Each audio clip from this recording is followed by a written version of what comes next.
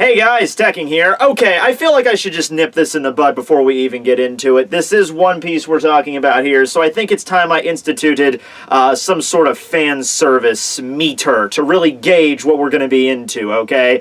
Now, it took me a lot of time, and I had to consult with a lot of famous fan service scientists in the world of anime and manga. Had to make a bunch of different trips to Japan. It was fucking crazy. But I think we finally got something down here that I think most people will approve of.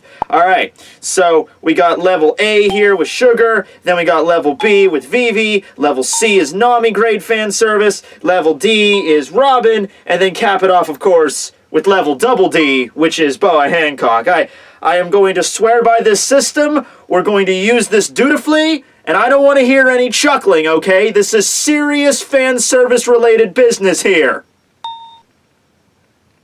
Yeah!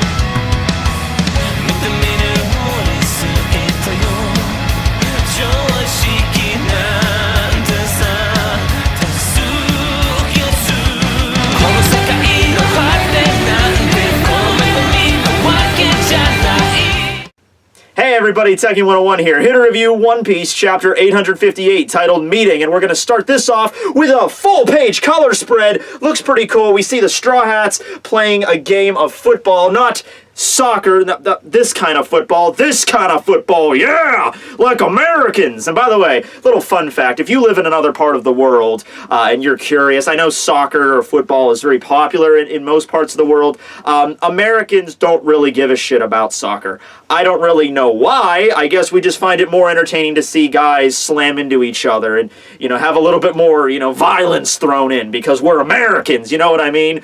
But yeah, it's pretty cool. We see, you know, Frankie and Chopper and Robin's there in the back wearing panties and drinking some tea. I love that. The guys all get to wear pants, but the women, they gotta wear the fucking... yeah, that's great. Except for Frankie, of course, because he's fucking Frankie. The tagline for this color spread, I think this is... this needs to be incorporated by some major NFL team, and it is, you lost because you didn't win. Oh, God damn it, that is the most emotional shit I've ever read in my life, Oda. You lost because you didn't win. Man, that just lights a fire under your ass, you know what I mean? Alright, well, let's get into the actual chapter, I suppose.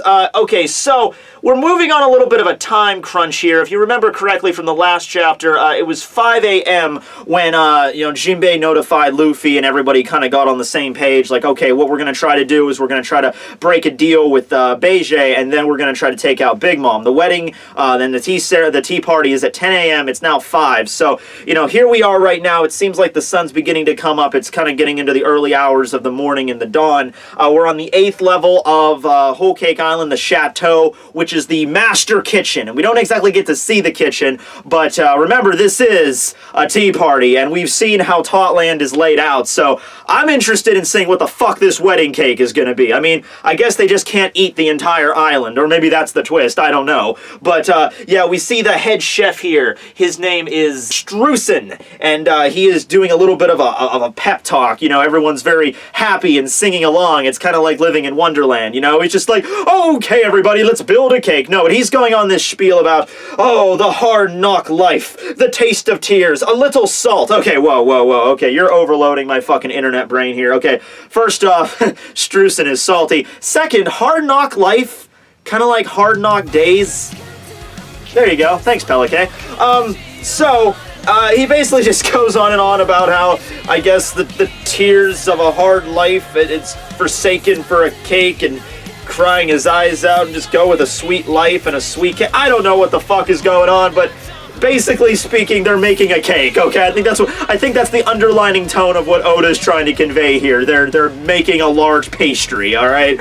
I'm interested in seeing it. I'm probably going to be mouth-watering like hell when I do see it. I mean, this is Big Mom's cake we're talking about here, okay? Look at this woman. You can one look at this woman and you can tell she don't fuck around with how her cake is prepared, okay? One bite of that shit will probably give you diabetes, but it'll be the most amazing orgasmic thing you will ever taste in your life. Alright, so that's just one scene there. We then cut away to the eastern bay of Whole Cake Island, where we see Peckoms, who is not dead. Good job, Peckoms. You managed not to die. Not everyone that's been around with Luffy can really admit that. I'm looking at you, Ace.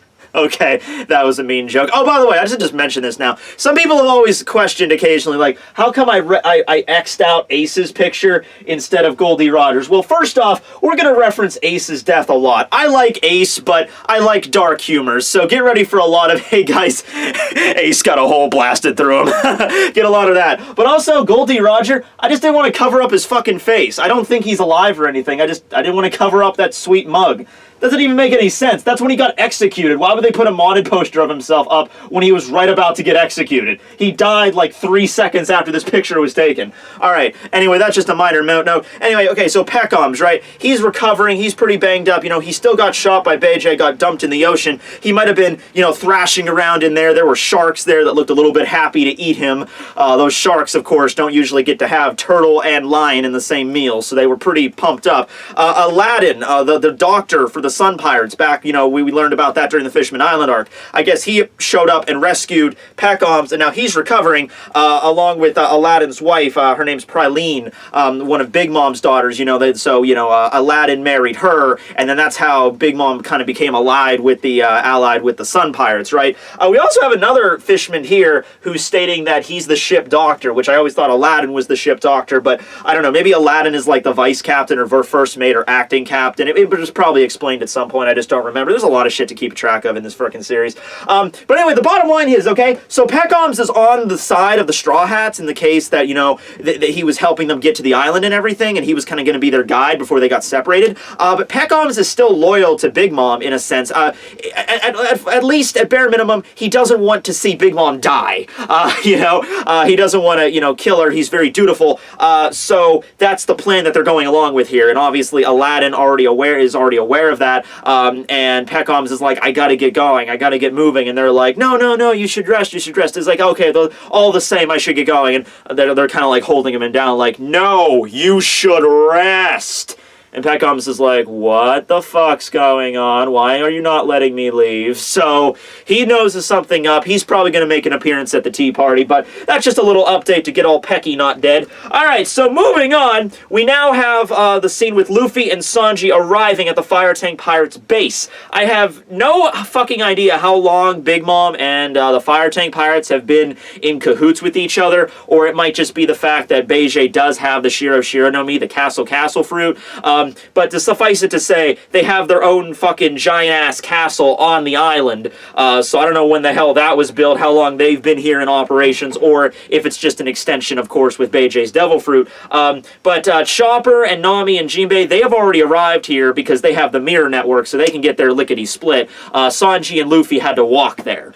So here we are now. It's 4 hours and 15 minutes since the tea party began, so that's about a 45-minute journey from where they were at outside Sweet City to the actual Fire Tank Castle. They still have access to the mirror network, so getting to the actual tea party probably won't be a problem. It's just, you know, time is getting shorter here. So they arrive at the hideout, and then that's when Vito shows up. Vito, you know, the big fucking, you know, guy with the giant hands and the huge-ass revolvers he has. Kind of a cool design. He has the tongue, and he always does that kakyoing, like, raro thing, which is funny because he tries to talk like that, and Luffy just can't fucking understand him. He's like, don't get your twitches in twist, boy. The others are hero. I can't understand what the fuck you're saying, buddy. Chopper comes out and he's like, eating a juice box, and he's all refreshed, and he's like, oh, I just had a bath. You guys should go too. And it's like, what the fuck's going on here? And Luffy and Sanji are, of course, like, no, we don't fucking need a shower. We just need to go talk to Bege. And Vito's like, nah, that won't work. Father Rero won't let you in, Rero, unless you take a bath. Rero was like, what the fuck? Take a shower, you dirty bum. Like, oh, okay, all right, I guess that makes sense. So Bege, he is a mafia don. He's a boss. He's not going to let a bunch of fucking guys walk in dripping with sweat completely. You know, that wasn't regular rain they were getting on either. That was like candy rain. That was like like soda rain. Like, can you imagine, like, okay, a little story for you. I was working at Dollar Tree one night, okay, and we get these giant 3-liter bottles of soda in, okay? It's like the off-brand soda, so we get like a huge-ass fucking 3-liter bottle of this stuff. And they come in 6-packs, all wrapped up in cellophane. Now, what you're supposed to do is you're supposed to, like, cut along the side of this box and then rip off the cellophane and then stock the shelves. I, being me, discovered a quicker way. Take my fucking box cutter and then just slice right across the top, and my manager's like, don't do that because if you nick one of those bottles, it's gonna spray everywhere. I'm like, I got this, Jess. And I got fucking doused with an off-brand of fucking Mountain Dew, and my hair and everything was sticky as fuck for the rest of my shift. So now imagine getting doused in that shit constantly, as Luffy and Sanji just did. They're probably like, yeah, they're probably covered in dirt and fucking bugs and grass and shit stuck all over them. So yeah, I can see why maybe the mafia boss of the Fire Tank Pirates and one of the rulers of the West Blue probably won't want to see him in that state.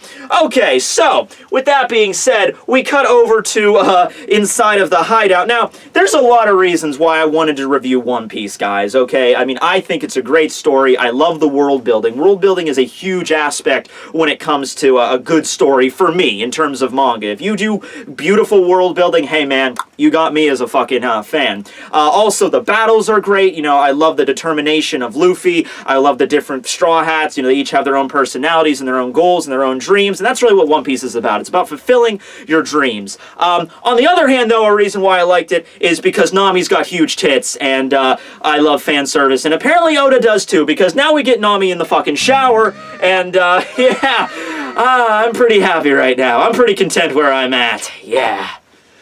Also in the shower with Nami is not the majority of the male fan base, and probably part of the female fan base, but also, I believe her name was Chiffon. Chiffon, who is the sister, the twin sister of Lola. She is the one that married Bege, and that's how the Fire Tank Pirates got, you know, combined with the Big Mom family there. So this is really the moment where they begin to catch up. Now, Nami and them have been there for a little while. You know, they've been there, you know, it took Luffy and Sanji about 45 minutes, so they've been there for a little bit while longer. So Nami probably met Chiffon, and she's like, oh my god, are you Lola? No, I'm Chiffon, I'm her twin sister. Oh my god, Lola had a twin sister, that's so great! And so Nami's taking a shower, completely naked, covered in suds, and basically bringing her up to date, recapping the entire Thriller Bark arc, essentially, which is great. And she's like, what, a warthog zombie? What? Wait a second, zombies are a thing? I'm so confused right now.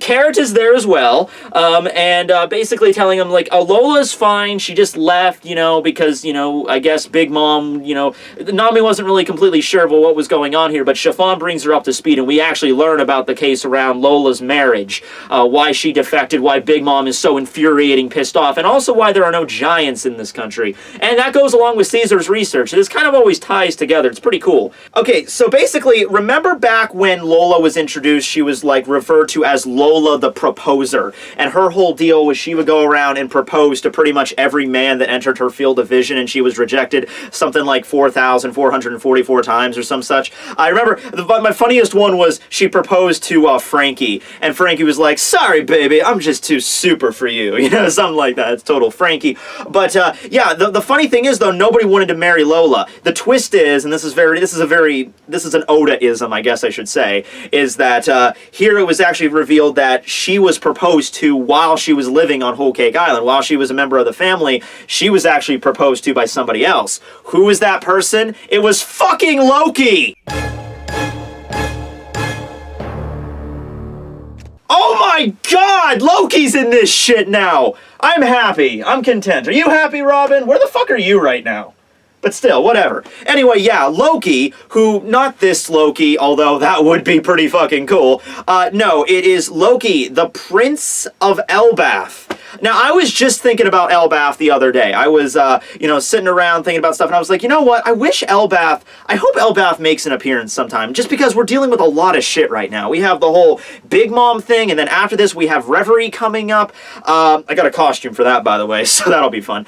After that, we have Wano. You know, we have a lot of shit going on. The battle with Kaido. I'm like, when are you going to fit Elbaf in?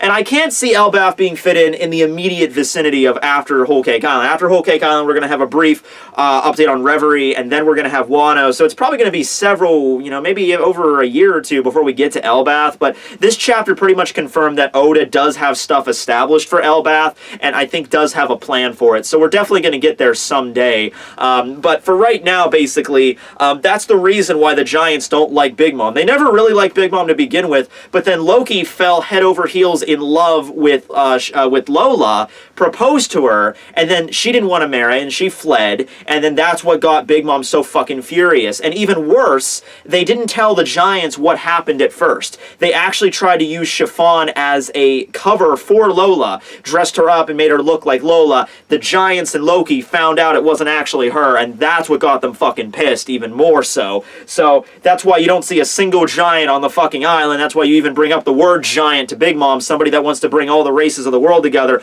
She gets fucking furious, even to the point, this is kind of fucked up. Chiffon brings up that just because she looks like Lola, that she can't even show her face for Big Mom, because every time she showed her face to Big Mom, she would beat the fuck out of her to the point where her wounds didn't even heal for a long time. So god damn, that's brutal. That's her own mom too.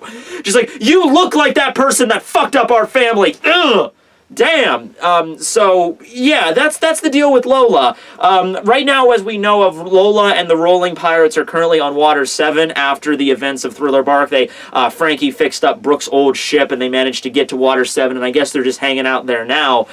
So I don't think Lola's ever really going to appear in the story, probably not. But as for the explanation of what was going on with her and the Giants, as well as some exposition for Elbath, obviously taking cues from Norse mythology, so Loki's probably going to have a brother who's also a prince named Thor. Their dad is probably going to be Odin. I think you can all know where this is going here. Read up on some Norse mythology. There might even be a rainbow bridge. I don't know. Maybe there'll be an air throne. That'll be kind of cool as well. Maybe there'll be little elves running around. That would be nice. Elbath seems like a lovely place. It is Fable spelled backwards, so we might have a lot of mystical elements to that. Alright, so now we get Nami and Karen in the fucking bathtub. God damn it! Oh my, you just took a shower, Nami. Why are you getting in the bathtub? That doesn't make any sense. Why am I complaining about this, for fuck's sake? But yeah, the basic line here, though, is even though Chiffon is Big Mom's daughter, the way that she's been treated and the way that she treated Lola, Chiffon and Lola were like twins and they were really fucking close.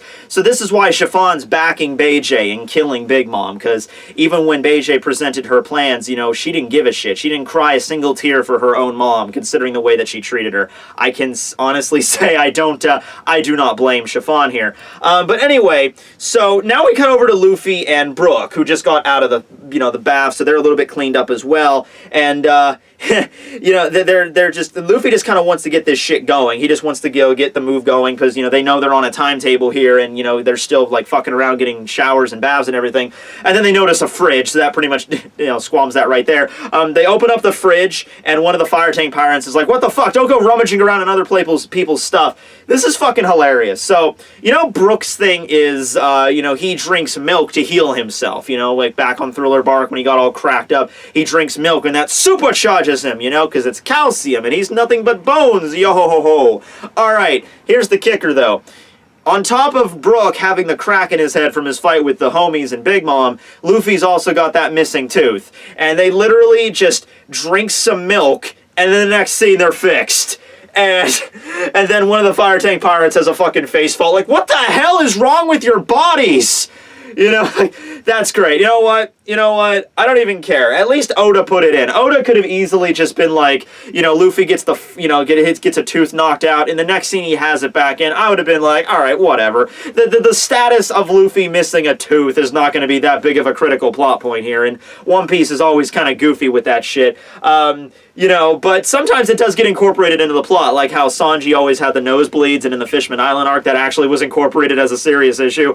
But no, they literally, I thought Chopper was just going to put a fake tooth in his mouth, but this is way funnier. He just drinks milk and they're just like, yeah, I just regrew a fucking tooth. The way I figured is Luffy is so fucking strong, he's able to endure so many rough things. Like if he gets fucking poisoned, he can usually just power through that shit now at this point. But whenever he does something that's actually good for his body, because his body's used to getting a beating so many times, and he does anything that's actually good for his body just like immediately reacts, just like, oh shit, you're drinking milk? That's good, strong bones. Just grow a new fucking tooth.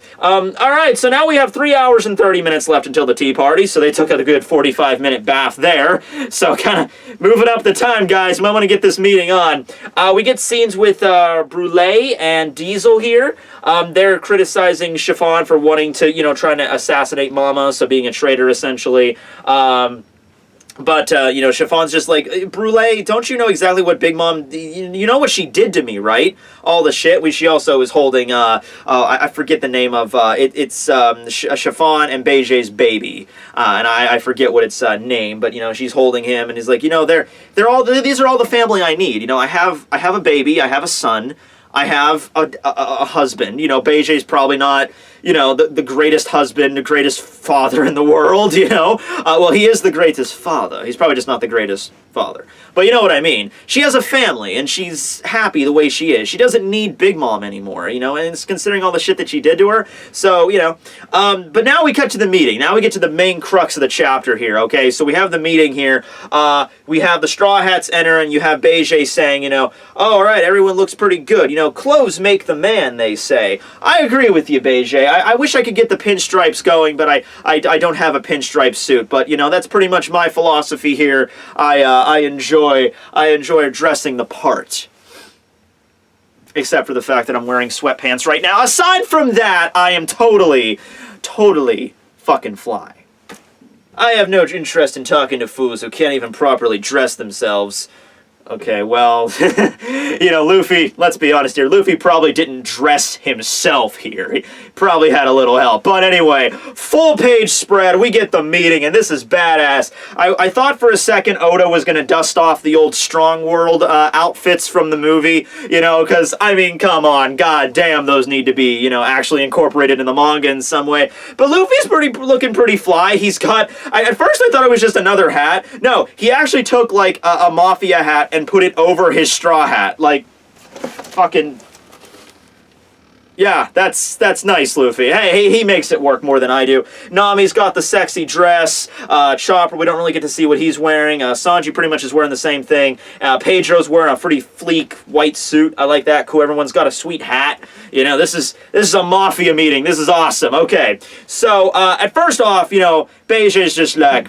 You know, honestly, I should just kill you all. That would probably make my job a lot easier. But, you know, Sanji brings up, okay, look, just stop trying to intimidate us. We know you can't fucking kill us. You kill me. If I don't show up for this wedding, like, I have to get there before the wedding starts, you understand. If I do not show up at that wedding within the next 2 hours, by 9 a.m., you know, they're going to know something's up, and that's not going to be good for you. So Bege's like, yeah, I know, we can't. Jinbei's just like, hey, can we just shut the fuck up about staring and glaring at each other? Like, oh, I don't like you, you don't like me. Can we just get this shit on the road? Because we really have a time crunch, and we all know that we're pirates, we like to intimidate each other, we get it. So let's just move on, though, to killing this freaking, you know, this Yonko, right? So... Luffy's looking pretty seriously, and they're like, oh, what do you think about the situation, Luffy? Do you think we should ally with this person or not? Luffy's just staring really intently, and we finally get it. And this threw me for a loop, too. He looks over at one of Bege's men, and is like, you're fucking Caesar, clown, aren't you? And then he freaks out. It is Caesar, but at first glance, I wouldn't have noticed. I mean, the face is drawn a little bit differently. Of course, the hair is all different. It's all spiky now, and the overalls and everything. So honestly, I had no idea. I think this person was seen last chapter, too, and I didn't even notice. I didn't even think that could have been Caesar. I don't think anybody did. But yeah, so basically what happened is, you know, Caesar was put to work by Perospero in that giant candy factory. That's actually the reason why Big Mom wanted Caesar to incorporate that gigantification of children, because if the giants wouldn't ally with her with that whole mess with Loki and Lola, then she figured, I'm just gonna manufacture my own zombies. I'm a Yonko, damn it. And then that's when Caesar Clown started taking all her money and, you know, creating these experiments. And this is not... Manufacturing giants not easy. And they basically gave him, you have like 2 or 3 weeks to be successful in your experiment, or we're just going to fucking kill you. And so Caesar was just like, oh, I guess, what do I do? What the fuck I do? Eventually, thankfully to him, the Fire Tank Pirates showed up at his laboratory. And basically, you know, they ended up with the heart that Law took out, you know. And then they took him with him. He's like, I'll let you loose only if you lend me your power. So, you know, I guess, obviously, Caesar doesn't like Big Mom. Caesar wants to probably get rid of her, too. And Bege's a smart guy, so he's just like, okay, so you come with me and you help us out, and I'll let you free, and I'll give you back this heart. That heart has to have a lot of damage at that point. You're treating that thing like a fucking squeak toy at this point. I mean, you pop that thing back into Caesar Clown's chest, it's just gonna be like, okay, work. Oh, he's like, all right, yeah, you're, someone's been squeezing your heart like a chew toy, sir. You have like 3 weeks to live. But anyway, so he allied with the Fire Tank Pirates, I guess, a little while ago. And now it's funny because he's like, all right, I got away from Big Mom. I'm with the Fire Tank Pirates now. We're all good to go. And then they're like, oh, by the way, the Straw Hats and Jinbei are coming over here for a meeting today. And Caesar's just like, oh my God, can I never get rid of these people? I feel bad for Caesar. I mean, he was a villain of an entire arc. We have to remember that. He was a sick mofo back then. But ever since then, everything that's happened to him, I mean, it's been a long time since Punk Hazard. It's been over 100 fucking chapters since Punk Hazard. Everything that's happened to him after that's been basically making me feel sorrier and sorrier for the poor bastard. So, I mean, people have been thrown out there, they want him to join the Straw Hats. You know, I don't really see that, but I guess, you know, just fucking leave, Caesar. You deserved it, I guess. You helped out, you know, you did horrible drug experiments on kidnapped children, but, you know, beyond that, was he really such a bad guy? Oh, wait, no, I'm sorry. It's not actually Caesar. It's Gangster Gastino, which he says while pointing to himself, and he still has his CC gloves on. You can actually modify that rather easily, Caesar. You know, it's a C and a G is actually fairly easy to just take a done, you know? But of course, this is one of those situations where Nami and Chopper and Sanji, they all realize that he's lying and that he totally is Caesar. What the fuck is a Gastino? But, it sounds Italian. Does someone want to help me out with that? But Luffy's just like, oh, okay, sorry. Thought you were mistaken for somebody else. Anyway, as for the meeting, you know, they get into an argument with each other. You know, Caesar Clown starts bickering, but Bege just squeezes the fucking heart, and he shuts the fuck. He's like, shut the fuck up, Caesar. I have an offer you can't refuse, Straw Hat. Now, will you join us or not? And Luffy, okay, so Luffy's offer to Bege here, his offer to lend a hand is, yeah, sure, I'll do that. But first I gotta punch you in the fucking face. That's Luffy. Yeah, okay, that's right. It's like, because he shot Pemmicoms, and Peccoms was Luffy's friend, Pecco Mamushi. So, Luffy's like, I'm gonna punch you in the face. And everyone at the table immediately just starts breaking out. It's like, what the fuck? You can't do that. You can fucking put your hands down, Straw Hat. You know, everyone loses their shit. Meanwhile, Bege's just standing back, just like, oh, I don't care, go ahead. Because Bege, you know, he's like, I gotta take, okay, one punch and I get their help. Fuck, okay, this guy's simple as shit. Alright, just punch me and get it over with. I don't actually think he punches him. He has his, like, hands around him in one panel here. But Jinbei brings up to him, he's like, do you like Big Mom, Luffy? And Luffy's like, no, I hate her, of course. All the shit she did to Sanji and everybody. And Sanji, and Jinbei's like, okay, well, that's what's called an allied army then, Luffy. You can kill each other later, just for right now, can we just ally together and figure this shit out? And Luffy pretty much just I mean, he's still furious. He's still got the veins popping and everything, but he just, you know, we have the last scene of the chapter. We get a three-way thing with Gastino, Pege, and Luffy, and they're all basically right up to each other, and they're like, Luffy's like, okay, so what's our plan gonna be? And Pege's like, I'm glad that you asked. I have a plan that's perfection that certainly can't fail. And then you have Caesar in the back that's just like, just hurry and get it over with so I can get rid of you fucking people. I was living the high life back on my fucking ice island. I had a fucking hot, busty Harpy as my assistant. I took a bunch of money from Big Mom. I hired a bunch of prostitutes to come to my island constantly. You know, I was living the high life with my kidnapped children. But then you showed up and you ruined everything. Huh. You think Caesar Clown tried to bone Monet? I have to feel like he got drunk one night or inhaled too much gas, and something happened one night where he tried and it just did not end well. But then Law banged Monet. Law banged Monet, totally. Yeah.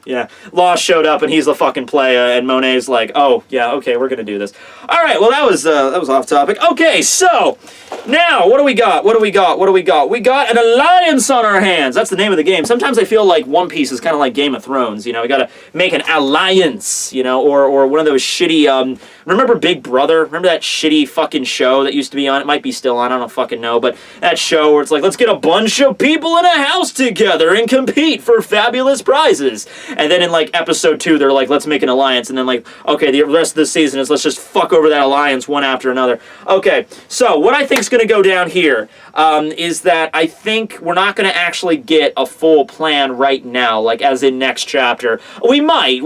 Bege might lay out, you know, step by step what we're going to do here, but I think for the most part, next chapter we're going to cut, because it's so close to the wedding anyway, I think we're just going to cut to maybe Sanji arriving at the wedding chapel, and everyone's like, well, where were you at, Sanji? And it was like, oh, I was just, well, fuck you, I don't need to tell you anything, I'm the fucking prince of the Beansmoke family. And then we're just going to kind of move on with that. Maybe we might get a certain locations of like, okay, this is where Pedro's at, this is where Jinbei's at, this is where Bege's at, you know, we're going to get a plan here, but I don't think we're going to lay it all out. We're probably going to get a flashback of it later in maybe a few chapters. When the plan is sprung, maybe we're going to get like an idea of like, okay, this is what's going to go down and everything. I just don't think we're going to find out about everything next chapter. I feel like Oda was going to want to keep it that kind of a secret from us, you know, so we find out what the plan is and everything like that. As for the plan actually succeeding, as I said last chapter, Bege is obviously very smart, and he's been thinking about this for a while. He has Caesar in his employ. He's got the Straw Hats allied now. He's got Chiffon, who's Big Mom's daughter, who has privy to some information. We also have Brule and Diesel, which are helping out against their will, but still helping out. We have a warlord, former warlord Jinbei. We have Pedro. I mean, we have a lot of help here. They certainly, I think, if the chess master is smart enough, I think he can definitely make these pieces work to his advantage here. The only reason I'm hesitant to say that Big Mom's literally going to die is because I don't think we've seen you know, that's one of the Yonkou. I mean, that's big. That's really fucking big. Like, when Whitebeard died, it was a big, shitty deal.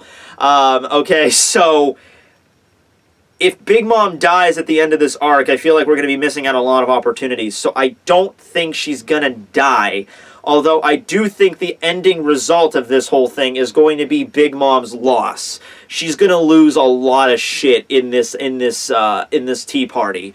She's of course going to lose the Germa as well as the Sun Pirates, of course, you know, and the allegiance of Sanji and stuff like that. But I think there's going to be some other things that's going to happen that's going to leave her severely damaged. And by the way, instead of not actually killing her, she might actually lose a Yonkou status.